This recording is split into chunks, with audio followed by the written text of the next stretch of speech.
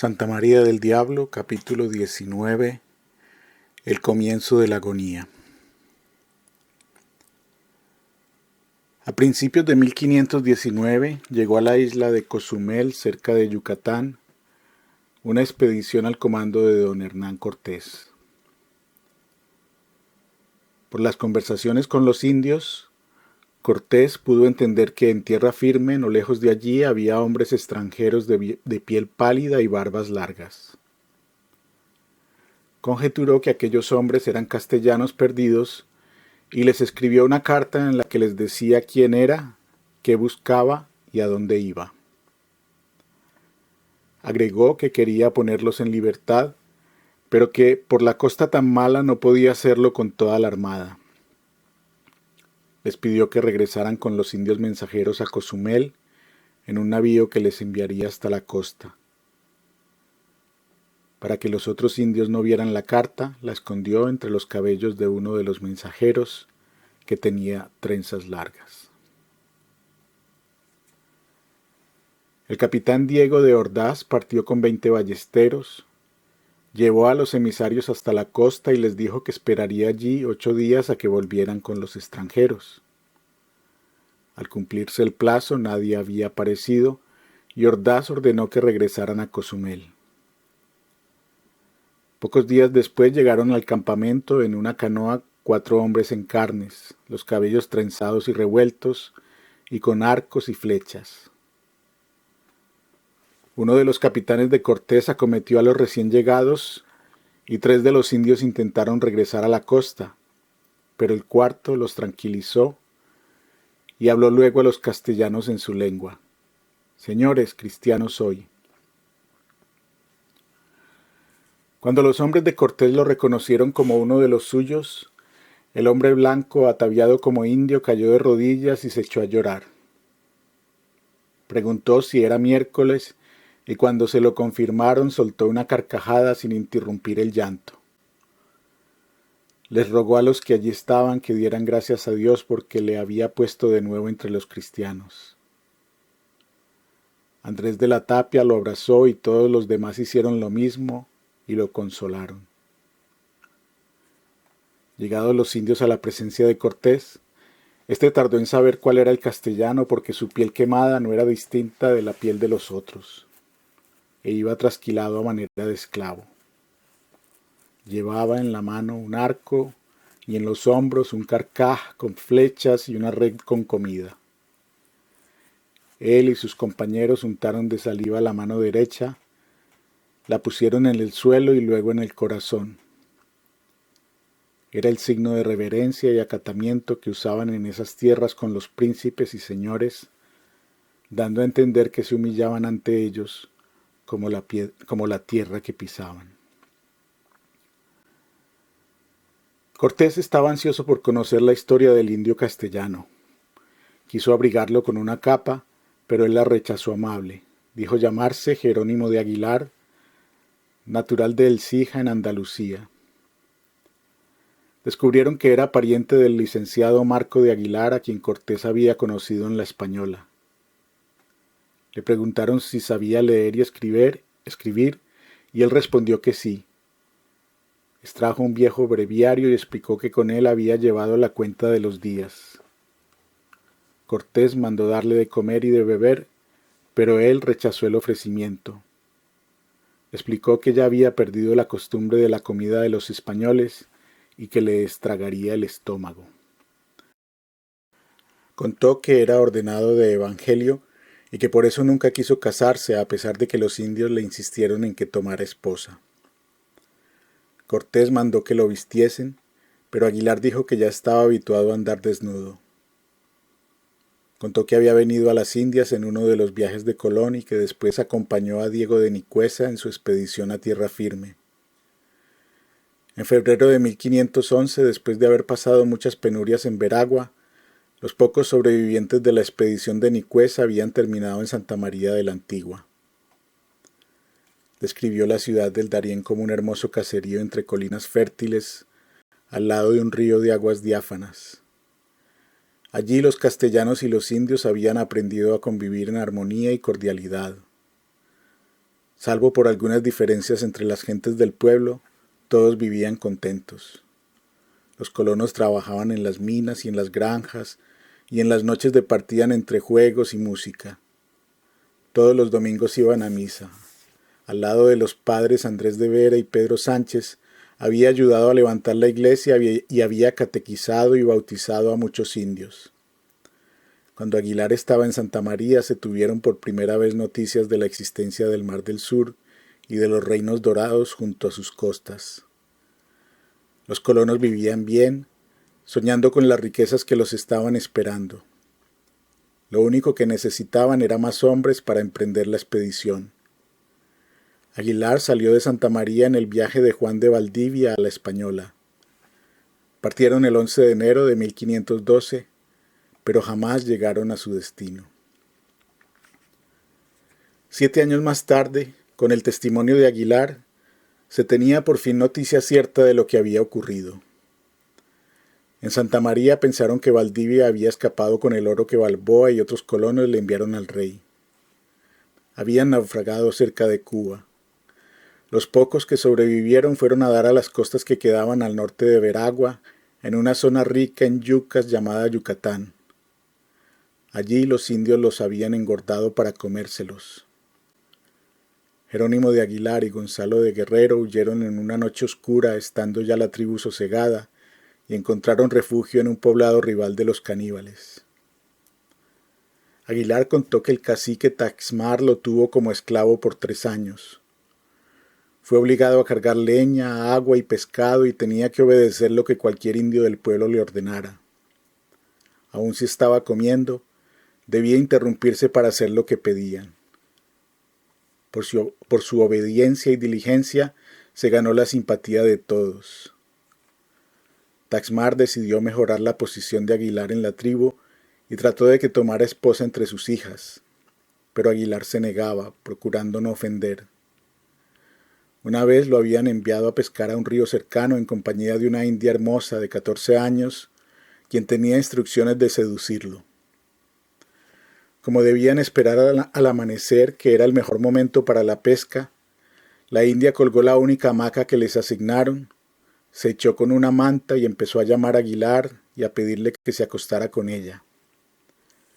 Habló con voz dulce y quejumbrosa. Dijo que tenía frío y le pidió que la abrazara. Pero Aguilar estaba decidido a cumplir con su voto de castidad. Se puso de rodillas y empezó a combatir con oraciones la terrible tentación. La impúdica damisela siguió empleando ardides y salamerías luciferinas para quebrantar la voluntad de su acompañante. Cuando vio que no podía vencerlo con cantos de sirena e incitaciones cordiales, se dedicó a insultarlo irritada, a hacer burla de su hombría, a herir su amor propio y sus sentimientos. Pero Aguilar siguió orando de rodillas en la arena. Al otro día, completada la pesca, regresaron al poblado. La muchacha refirió lo ocurrido y el jefe de la tribu desistió de la idea de casarlo. Pero como le tenía mucha estima, le confió la guardia de su casa y de sus esposas, sus hijas y toda la servidumbre. Todos amaban y respetaban a Aguilar. En una ocasión había un grupo de indios practicando tiro con flechas y uno de ellos le dijo: «Aguilar, ponte ahí que queremos ver si podemos atinarte en los ojos». «Soy tu esclavo», respondió. «Puedes hacer conmigo lo que quieras, pero no creo que quieras perder un esclavo como yo, que también te ha servido en lo que mandares». El indio soltó una risotada. Le dijo que aquello era otra prueba que Taxmar había pedido que le hicieran. Como su amo estaba enemistado con otros caciques de la comarca, un día Aguilar se ofreció para participar en los combates. El cacique mandó darle rodelas y macanas, arcos y flechas.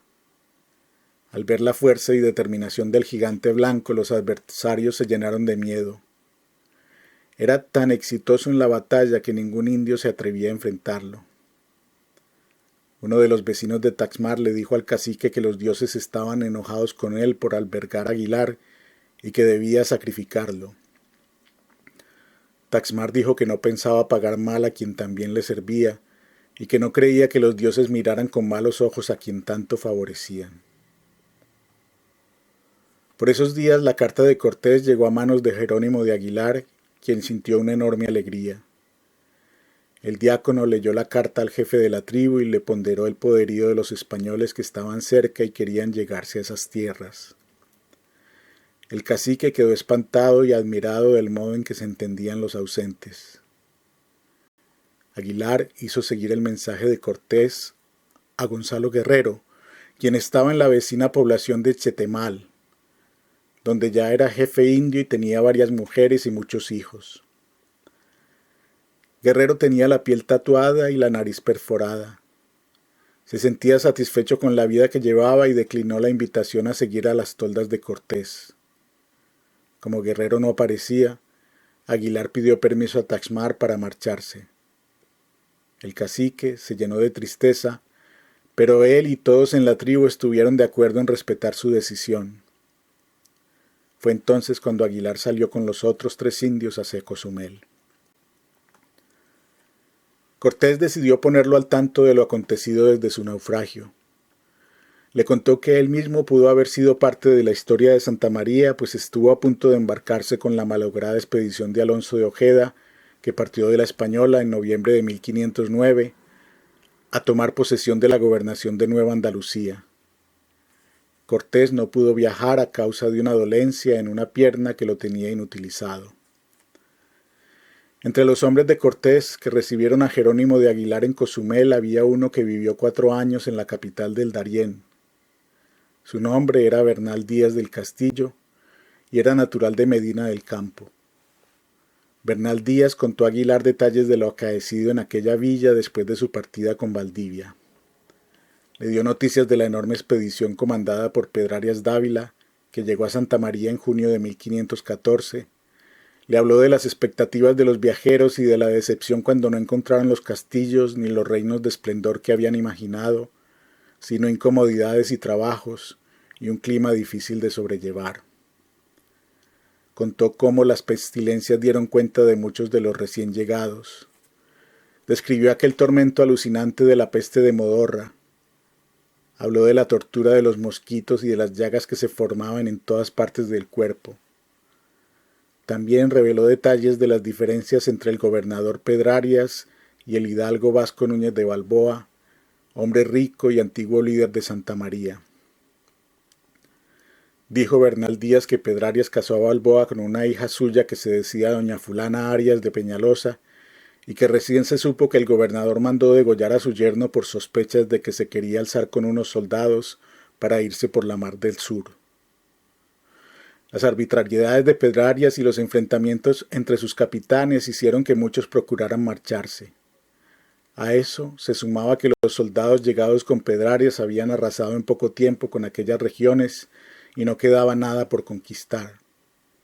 Santa María estaba moribunda cuando Bernal Díaz decidió probar suerte en Cuba, que estaba nuevamente ganada y poblada bajo el mando de Diego Velázquez.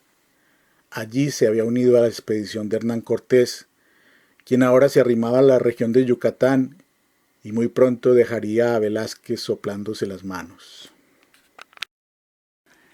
Jerónimo de Aguilar lamentó la suerte de Santa María y se sumó gustoso a la conquista de lo que en pocos años se conocería como Nueva España. Los caciques se sorprendían y se mostraban más amables cuando descubrían que uno de los blancos hablaba su lengua. Cuentan que la madre de Aguilar había enloquecido años atrás, cuando creyó que su hijo fue almorzado por caníbales. Cada vez que veía carne en el asador, lanzaba alaridos de dolor y decía que aquella carne era la de su hijo. La ejecución de Balboa a principios de 1519 había sido el golpe de gracia para una Santa María cuya decadencia había empezado con la llegada de la flota formidable de Pedrarias. Los antiguos colonos le reprocharon a Balboa haber permitido el ingreso del nuevo gobernador. En pocos meses, los recién llegados habían asolado la comarca. A finales de 1515 muchos colonos le escribieron al rey para rogarle que enviara un veedor para que investigara lo que allí estaba ocurriendo. En enero de 1516, El tesorero Lapuente había escrito a la corona para pedir que enviaran a alguien a poner remedio al mal estado de Santa María, que tras la hambruna y la peste de Modorra había caído víctima de la ambición y crueldad de Pedrarias y sus capitanes. En febrero de ese mismo año, el tesorero Miguel de Pasamonte escribió desde la Española para informar que Castilla del Oro estaba arruinada por falta de buen gobierno y por la avidez de quienes habían ido a poblarla. Decía que 8 días antes de escribir esa carta había llegado de Santa María un tal capitán Atienza, quien dio testimonio de los malos tratos a que fueron sometidos los indios del Darién. Denunciaba que entre los muchos excesos del gobernador Pedrarias estaba el haber comprado una perla por 2.000 pesos de oro, la cual debía ser reservada al rey. El tesorero Pasamonte decía en su misiva que lo mejor para el servicio de sus altezas era que allí no hubiera gobernadores, ni obispos, ni oficiales, ya que todos ellos hacían grandes gastos sin provecho para nadie. Concluía que el rey podía evitar que se vaciara su tesoro ordenando el regreso de todos, dejando allí solo a Vasco Núñez de Balboa, tal como estaba antes de la llegada de Pedrarias. Pero al momento de escribir aquella carta, el rey estaba muerto. Durante 3 años cesó la correspondencia entre España y tierra firme. Los españoles aprovechaban la primera oportunidad que encontraran para marcharse. Los indios de la servidumbre fueron desapareciendo como por arte de magia. Hubo una deserción masiva en 1518, cuando se cumplió el plazo de 4 años después del cual los llegados con Pedrarias quedaban libres para marcharse. Santa María quedó convertida en un pueblo fantasma. Pocos salían y eran menos aún los que llegaban. Algunas de las naves principales de la flota fueron enviadas a España y muchas otras fueron destruidas por la carcoma. Mientras Balboa se hallaba haciendo esfuerzos para navegar el Mar del Sur, el factor Juan de Tavira pidió a Pedrarias hombres para conquistar Davailve. Tavira todavía no había matado indios y se vio también tentado por la sed de oro. Pidió a Pedrarias que le diera la jefatura de una expedición y se propuso conquistar esa tierra legendaria cuyas historias de tesoros fabulosos no caían en el olvido. Concedido el permiso, Tavira fabricó 3 embarcaciones y muchas canoas. Gastó en esa empresa toda su hacienda y parte del tesoro real. Salieron 160 castellanos acompañados por esclavos. Cuando comenzaron a internarse en las aguas del Darién, los indios notaron que los intrusos venían con mayor cantidad y emprendieron una feroz arremetida. Destruyeron a muchos, echaron a otros a ahogarse, y una avenida inesperada del río acabó con los demás. Se salvaron pocos, entre ellos Francisco Pizarro, quien por su experiencia combatiendo a los indios logró defenderse y defender a unos pocos compañeros. En Santa María se rumoró que el final de Tavira tenía algo de justicia, pues el factor había sido uno de quienes escondieron las provisiones cuando muchos morían de hambre en las calles de Santa María. Pizarro volvió a intentar llegar al reino de Davailve, avitualló bergantines y entró en el río Sucio. Navegó con sus hombres río arriba varios días. Los indios los miraban con recelo y abandonaban sus poblados. Los españoles no encontraron ni oro ni bastimentos y empezaron a morirse de hambre y enfermedades. Tuvieron que matar 7 caballos que llevaban para comérselos. 3 meses más tarde, como vio que los indios empezaban a prepararles emboscadas, Pizarro decidió regresar a Santa María. Fue entonces cuando pensó que quizá tendría mejor suerte buscando los reinos legendarios que había en el Mar del Sur. Todo el que quería irse de Santa María recibió permiso de Pedrarias. Por esos días llegaron noticias de que en Cuba Diego de Velázquez preparaba expediciones a la parte norte de Veragua. 110 hombres al mando del capitán Francisco Hernández de Córdoba recibieron permiso para viajar a la isla. Velázquez los recibió con los brazos abiertos. Descubrieron Yucatán y con Hernán Cortés fueron los primeros en abrirse camino en territorio de los aztecas. Bernal Díaz del Castillo sería uno de los cronistas de aquella historia.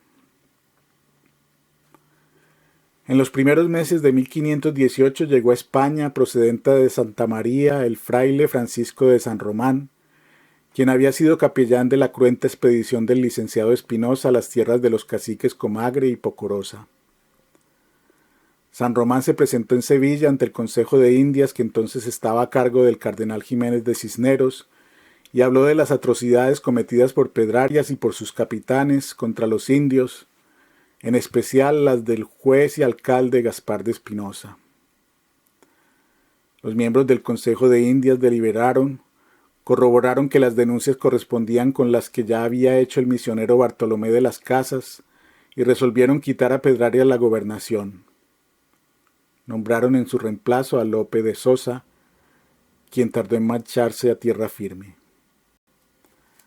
A mediados de 1518 el obispo Juan de Quevedo se sintió enfermo y decidió viajar a España. El clérigo robusto y entusiasta que había llegado con Pedrarias a Santa María estaba ahora en los huesos y sin ánimo. Le atribuía su estado a lo difícil del clima y al inmisericordia ataque de un chupador churumbel que ningún rezo alejaba. Se fue con la intención de saludar al nuevo rey don Carlos y de presentarse ante el Consejo de Indias para exponer sus puntos de vista sobre la conquista de las Indias y el manejo de la gobernación de Castilla del Oro. Quevedo fue recibido con frialdad en España. Las acusaciones de Pedrarias contra el obispo habían hecho mella en la reputación del prelado. Su emisario, el fraile Diego Torres, quien había viajado a España con el veedor Fernández de Oviedo, murió en Cádiz antes de presentarse ante la corte. Meses después de su llegada a la península, en una cena a la que también asistió Diego Colón, el obispo Quevedo fue reprendido duramente por fray Bartolomé de las Casas por no haberse opuesto a los abusos de Pedrarias y sus capitanes en Castilla del Oro. De las Casas había asumido una apasionada defensa de los nativos de las Indias y era muy apreciado por el rey. La discusión empezó a ponerse airada, pero el obispo de Badajoz intervino y calmó los ánimos. La noticia de la disputa llegó a oídos del rey, quien mandó llamar a los prelados y al almirante de las Indias don Diego Colón. El obispo Quevedo pidió entrevistarse en privado con el rey, pero recibió la orden de hablar frente a todos. Quevedo se refirió a la manera como el abuelo del rey mandó hacer una armada para ir a poblar tierra firme y pidió al Santo Padre que lo nombrara a él obispo de aquella primera población de Santa María. Dijo haber estado 5 años en el lugar. Habló de las muchas muertes cuando estaban recién llegados, pues solo habían llevado provisiones para la travesía, pero no para mantener a una población tan numerosa como la que allí se concentró. Habló de las dificultades que pasaron los que sobrevivieron, de los malos gobernantes que había tenido la colonia y de la esperanza que tenía en que el rey pusiera remedios a los muchos problemas de Santa María. Invitados los demás prelados a la discusión, hubo un debate sobre si ser siervos era un atributo que los indios tenían de nacimiento. El obispo Quevedo habló de los esclavos y naborías de la región de Cueva y de cómo algunos nacían cautivos. Quiso decir que, después de aquellos años en tierra firme, había terminado por creer que ser hombre y ser esclavo era lo mismo, pues la vida es una larga cadena de servidumbres, pero le faltó fuerza y convicción de que sería entendido. Con la pasión del converso, Bartolomé de las Casas replicó enfático que en lugar de ser siervos a natura, los indios de aquellas tierras eran gentes libres por naturaleza y eran muy capaces de aprender la fe cristiana y toda virtud y buenas costumbres. El obispo de Santa María quiso volver a hablar, pero el rey le pidió que comunicara por escrito lo que tenía para decir. Quevedo entendió lo inútil de la disputa. Comprendió lo vanas que suelen ser a veces las palabras que se visten de buenas intenciones y optó por limitarse a su principal pedido. Escribió 2 memoriales, el uno contra Pedrarias y el otro para proponer las medidas que se debían poner en práctica en tierra firme. Propuso que el gobernador de Cuba, Diego Velázquez, sustituyera a Pedrarias. Después de aquel debate frente al rey, Un sacerdote quiso conocer con más detalle la opinión del obispo Quevedo sobre lo que decía de las casas. Me parece muy bien, dijo Quevedo con gesto ausente. Ese mismo día empezó a sentir una fiebre maligna. Murió a los 3 días, el 24 de diciembre de 1518. Por esos días había llegado a España la noticia de la prisión de Balboa. Como se sabía que Balboa había fabricado 4 naves y quería navegar las aguas del Mar del Sur, la corte decidió enviar al capitán Gil González, hidalgo, buen soldado y caballero de la Orden de Santiago, para que continuara con esa expedición. La cédula real fue expedida en Barcelona el 18 de junio de 1519. En ella se dividía lo que antes se llamó Castilla del Oro. Se nombraba a Gil González como descubridor de las tierras nuevas sobre las costas del Mar del Sur y se ratificaba el nombramiento de Lope de Sosa como gobernador de Santa María. Gil González se asoció con el capitán Andrés Niño, quien ya había estado en Santa María. Juntos constituyeron una flota de 200 soldados, en parte subsidiada por la corona y en parte por ellos mismos. Partieron para Urabá a finales de 1519. Tras conocer la noticia de la ejecución de Balboa, González y el capitán Niño decidieron permanecer unos meses en la Española, mientras se posesionaba el nuevo gobernador de Santa María. Tras la muerte de Balboa, Pedrarias había tenido urgencia de marcharse al Mar del Sur. Sabía que venía en camino su relevo y que le tomarían residencia. Llevado en una hamaca, Pedrarias partió hacia el sur siguiendo el camino trazado por su yerno. Llegó el 27 de enero de 1519 y tomó posesión de toda la costa de la Tierra Nueva y del Mar del Sur. Lo acompañaban 100 hombres, entre ellos Gaspar de Espinosa, Andrés de Garavito, Francisco Pizarro y el canónigo Francisco de Arroyo. Allí fundó la villa de Natá, la primera población española en el Mar del Sur. Pedrarias pudo al fin sentirse conquistador y fundador, un placer que Balboa le había negado. A los pocos días pasaron a la isla de las Perlas y allí Pedrarias hizo una nueva toma de posesión en nombre del soberano de Castilla. Al regresar a la costa, Pedrarias encontró un lugar bajo y pantanoso pero rico en peces. Decidió fundar allí una ciudad con la que aspiraba a ocupar un sitial de honor en la historia. El 15 de agosto de 1519 presidió una ceremonia solemne de fundación y le dio al lugar el nombre de Nuestra Señora de la Asunción de Panamá. Desde entonces, uno de los propósitos principales de Pedrarias fue despoblar y desaparecer la capital del Darién. A su regreso a Santa María a finales de 1519, Pedrarias encontró que habían llegado mandatos del rey y de los padres jerónimos que gobernaban las Indias desde la Española. Conocida la noticia del juicio a Balboa, los gobernadores le ordenaban a Pedrarias no salir de Santa María mientras el rey no dispusiera de otra cosa. También le notificaban el nombramiento de Lope de Sosa como nuevo gobernador y ordenaban entregarles a los capitanes Gil González y Andrés Niño las embarcaciones construidas por Balboa.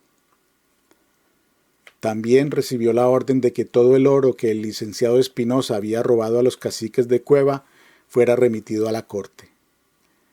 Le notificaban que el incumplimiento de esa orden sería castigado con penas muy severas. Pedrarias intentó escaparse a Panamá, pero los miembros del cabildo lo retuvieron.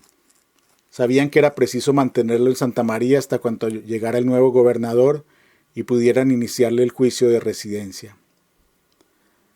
Como Pedrarias entendió que los miembros del Consejo de Santa María estaban en su contra y que no tenían interés de promover las fundaciones en las costas del Mar del Sur, les replicó airado: «Pues tanto aspavientos dais, desenterremos el oro del cacique París, porque así lo mandan los padres jerónimos, y vámonos todos a Castilla, que a mí no me faltará de comer allá». Santa María se había reducido casi a la inexistencia. Empeñado en despoblarla, Pedrarias había empezado a persuadir a la gente para que se marchara. El capitán Diego de Albites se había ido con otros hombres hacia Veragua a repoblar Portobelo. Los clérigos que no habían muerto buscaron la manera de huir a la Española llevándose los objetos de culto de la catedral. La mayoría de los españoles se habían alejado o había muerto. Los pocos que quedaban eran los que habían formado familias con las indias y se sentían más de esa tierra que de cualquier otro sitio. Viendo Pedrarias que el cabildo no lo dejaba partir, dejó marchar al Mar del Sur a la mayor parte de sus soldados para que se unieran a Espinosa y fortificaran y acrecentaran la villa de Panamá. También para que siguieran con los preparativos para las expediciones al Perú. A los soldados que se marcharon, Pedrarias les asignó tierras en la costa del Mar del Sur para que no pensaran en regresar a Santa María. Los capitanes Gil González y Andrés Niño llegaron a Urabá a principios de mayo de 1520, pero no se detuvieron en Santa María. Siguieron de largo hacia Acla sin notificar a Pedrarias de su llegada. Prefirieron esperar a que Lope de Sosa se posesionara y entonces pedir su respaldo en la expedición al Mar del Sur. El 20 de mayo de 1520 llegó al Golfo de Urabá el nuevo gobernador. La flota de Lope de Sosa constaba de 4 navíos. A bordo venían 300 hombres, algunos de los cuales habían salido de Santa María huyendo de Pedrarias. Traían caballos, vacas, cerdos, herramientas y armas. También venían algunos frailes. Lope de Sosa era natural de Córdoba. Había sido gobernador de la Gran Canaria y tenía fama de ser justo y prudente. Su llegada devolvía la esperanza a los que buscaban el bien de Santa María. Pero el nuevo gobernador enfermó durante la travesía y murió sin haber pisado tierra. Pedrarias hizo movilizar la armada para salir al encuentro de la delegación y para traer el cadáver de su sucesor. Hizo que lo condujeran a la catedral, la cual empezaba a caer en el deterioro. Hechas las exequias, a las que asistió con gesto compungido, Pedrarias ordenó que le dieran sepultura frente al altar mayor. Tras la muerte de Lope de Sosa, Pedrarias comprendió que podría seguir un tiempo más al frente de la gobernación.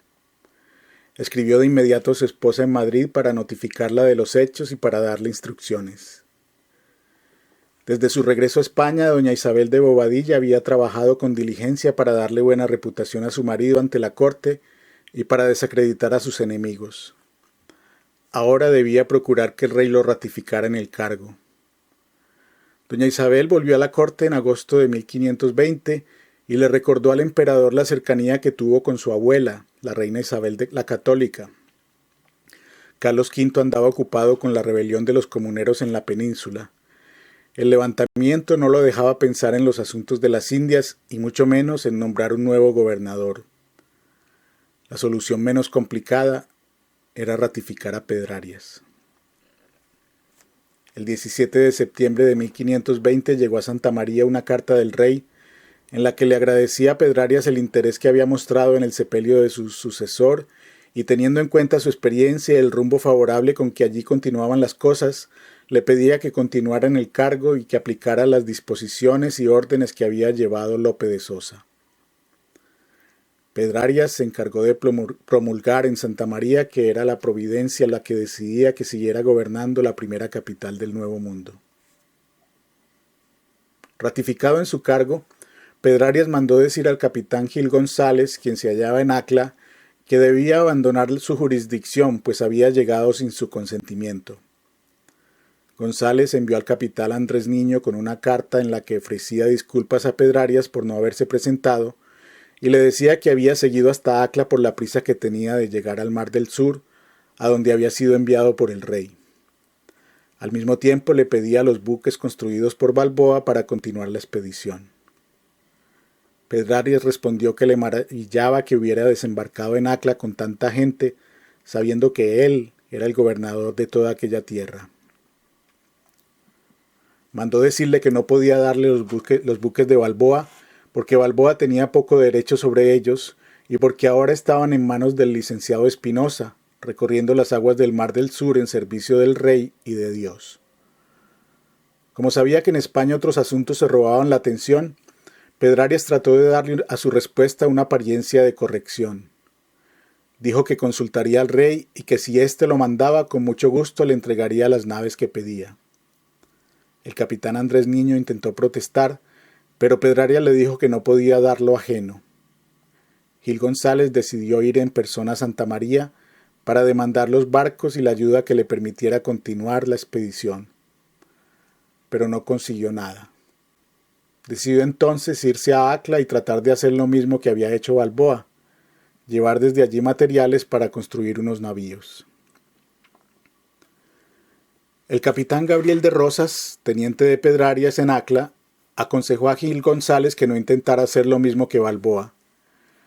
Le advirtió que pasaría muchas penurias y que la madera se dañaría por la broma.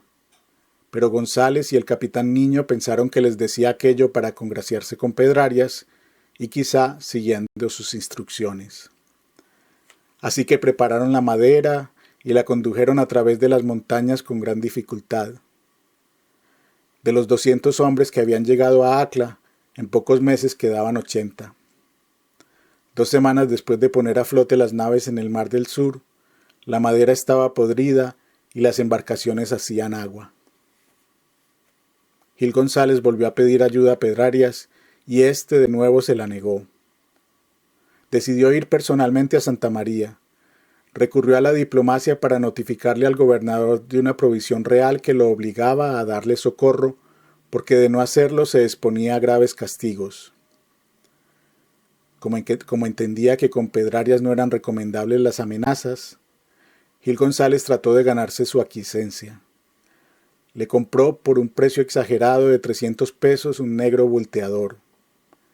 Pedrarias le dio cierto número de indios de Acla y Nombre de Dios y algunos castellanos. El capitán Gil González volvió al Mar del Sur después de haberse comprometido con Pedrarias a darle un porcentaje de las riquezas que obtuviera en la expedición.